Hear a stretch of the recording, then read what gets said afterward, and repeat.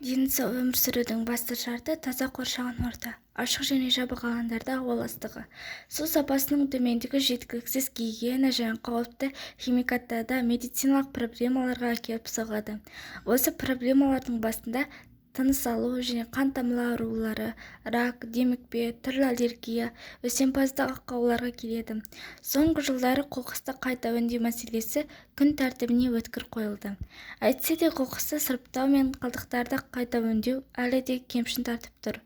Ал еліміздің ірі қалаларында қоқыс үйіндісі күннен күнге артып барады. Қоқысты сұрыптау үстіне тұрмыстық қалдықтардың бір жәшікке тасталатын кедергі болып отыр.